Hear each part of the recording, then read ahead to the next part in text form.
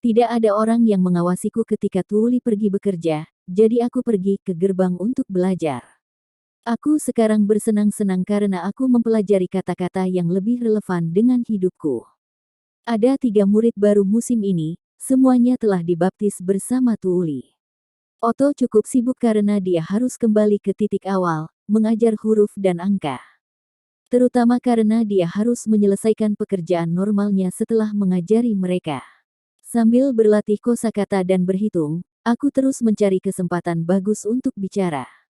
Begitu Otto menemukan tempat yang bagus untuk berhenti mengurus administrasi dan mulai memasang tinta, aku menyerang. Paman Otto, apakah kau keberatan jika aku mengajukan pertanyaan?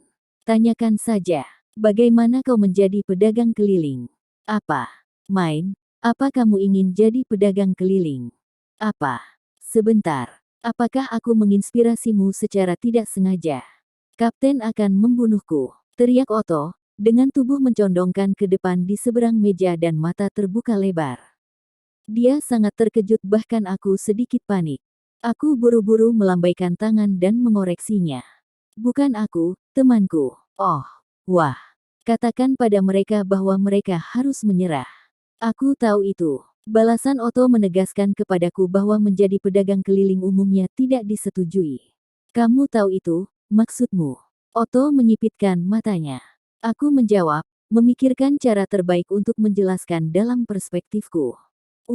Temanku juga bertanya dengan sangat diam-diam dan sembunyi-sembunyi setiap kali membicarakan hal ini. Jadi kupikir dia menduga orang akan mengomelinya jika dia menyebutkannya.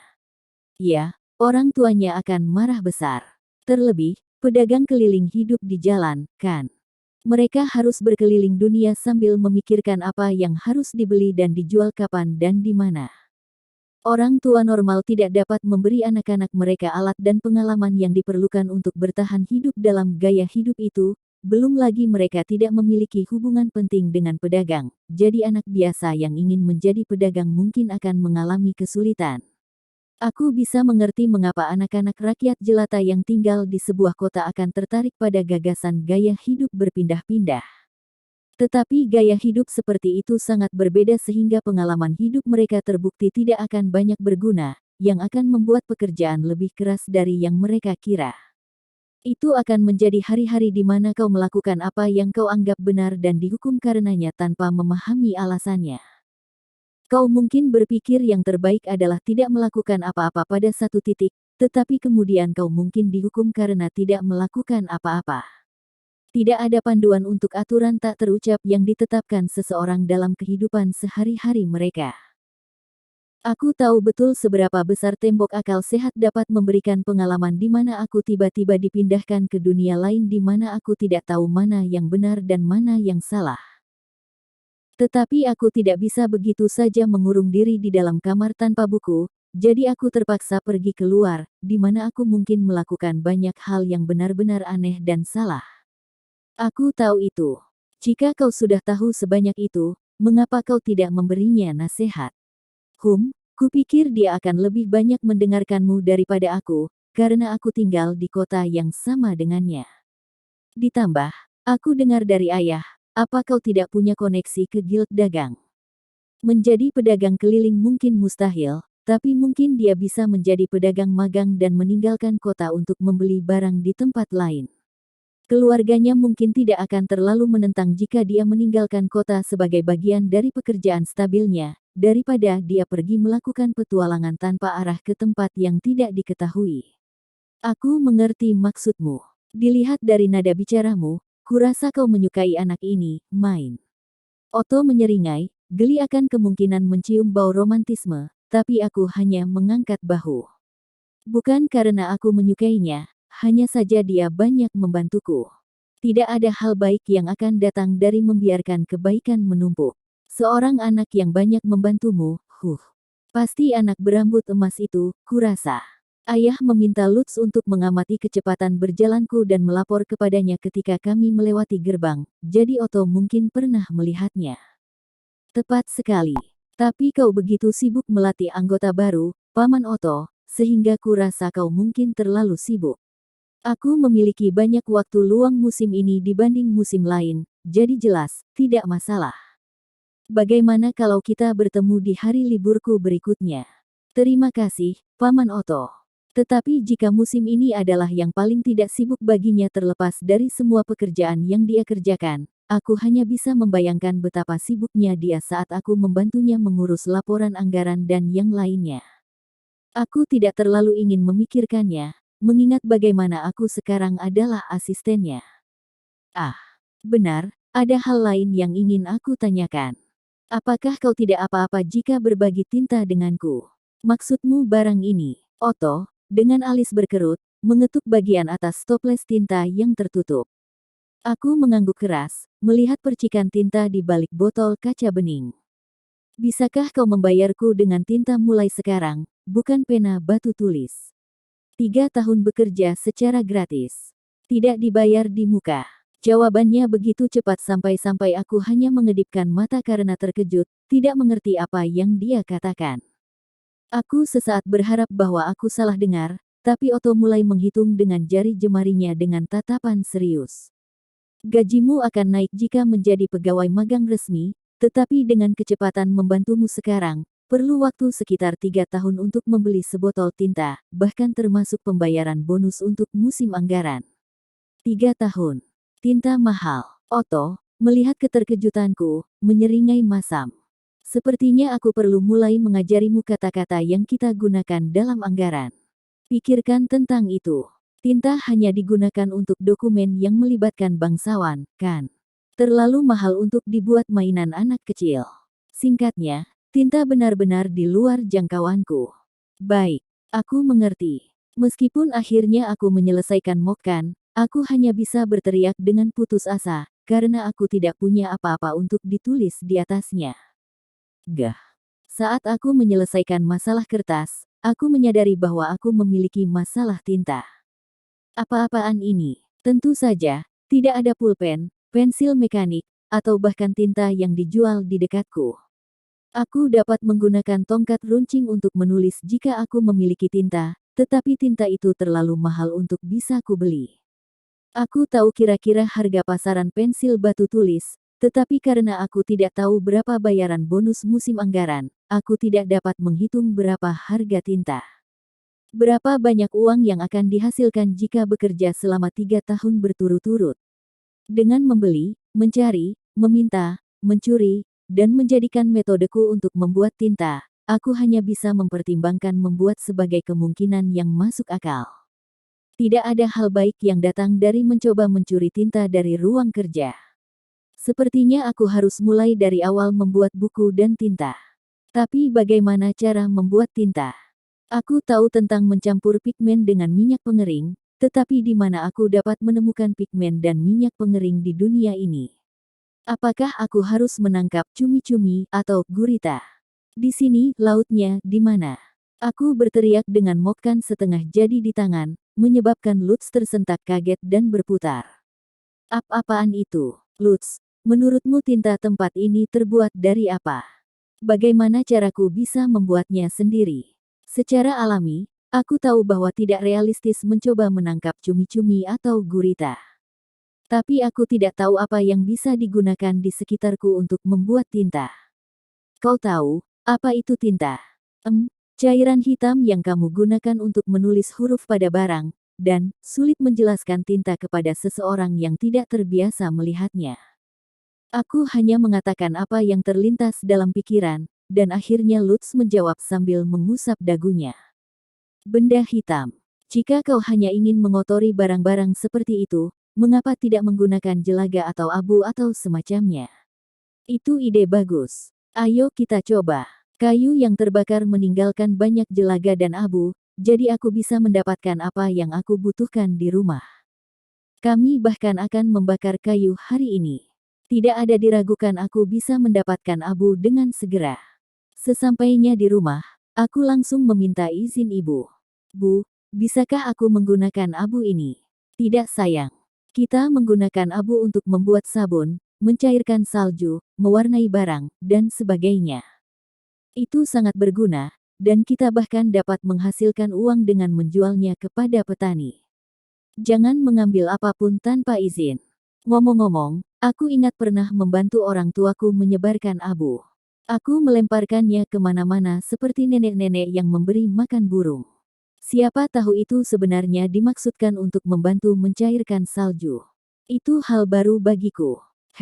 Kami juga banyak memakainya saat membuat sabun, jadi abu sangat berharga. Tampaknya mustahil aku akan menerima izin untuk menggunakan abu ketika abu dapat menjual sisa makanan, tetapi masih ada satu pilihan yang masih terbuka bagiku. Baiklah, Bu. Bagaimana dengan jelaga? Aku mencoba pilihan kedua, dan setelah mengerutkan alisnya untuk sesaat, entah mengapa ibu tersenyum dan berkata oke. Aku tidak tahu untuk apa kau akan menggunakannya, tapi anggap semua jelaga itu milikmu. Ini berarti kau akan membersihkan perapian, kan?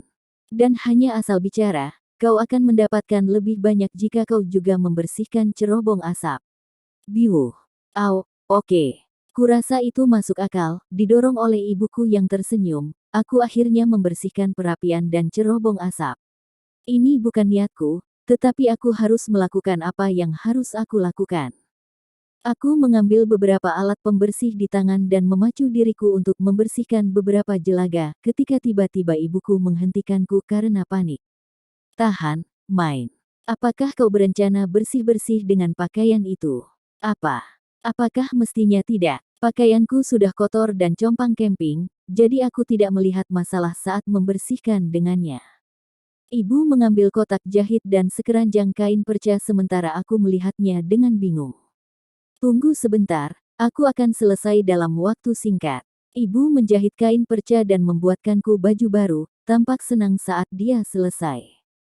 Aku ganti baju, menata rambutku dengan gaya dewasa untuk meminimalkan kontak antara itu dan kain kotor, meskipun aku memakai kain lain di kepalaku sebagai bandana.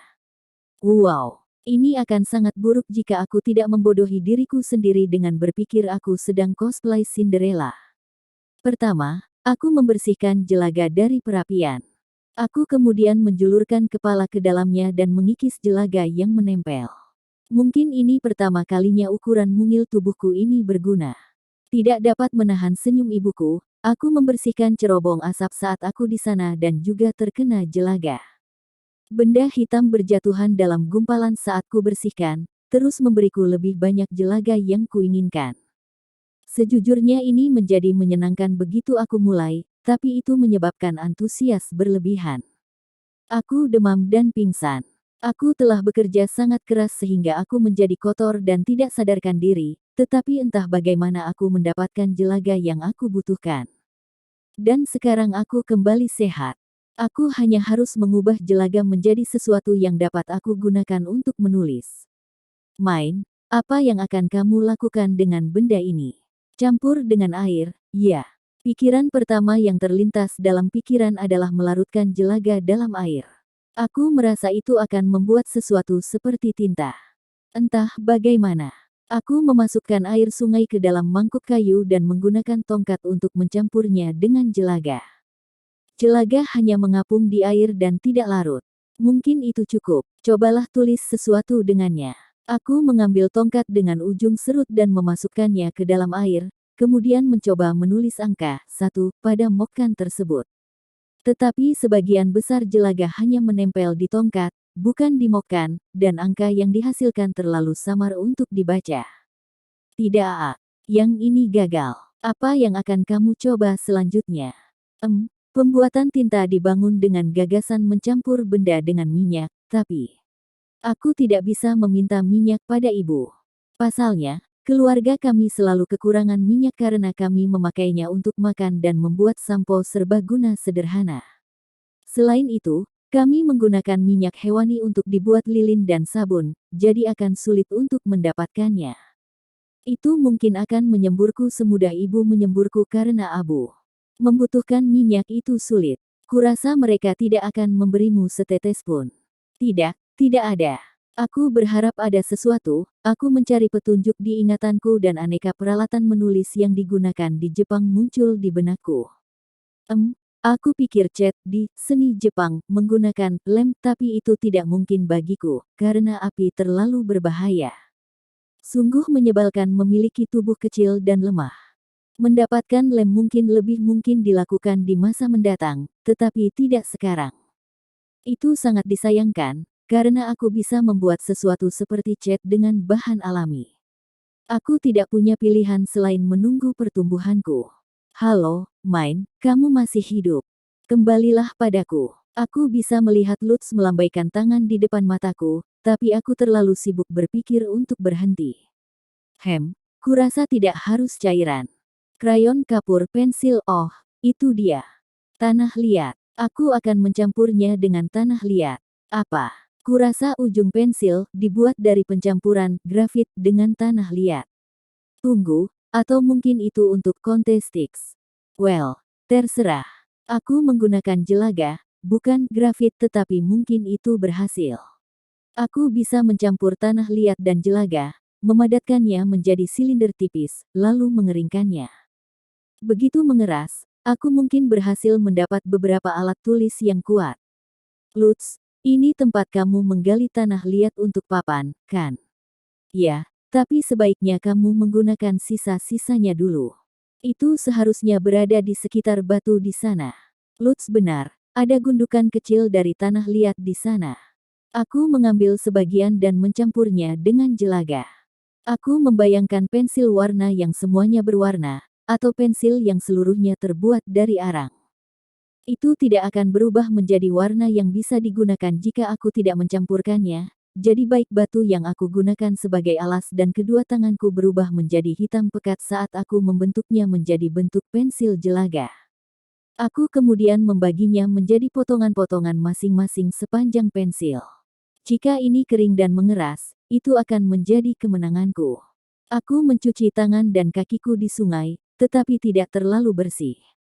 Tapi kotoran hasil jerih payah ini pasti bagus untuk menulis. Pastinya. Menurutmu, berapa lama aku harus mengeringkannya? Mungkin aku harus mencoba memanaskannya. Jangan repot-repot. Itu akan meledak lagi. Aku mengikuti nasihat Lutz dan diam-diam membiarkan pensil jelaga mengering dengan sendirinya.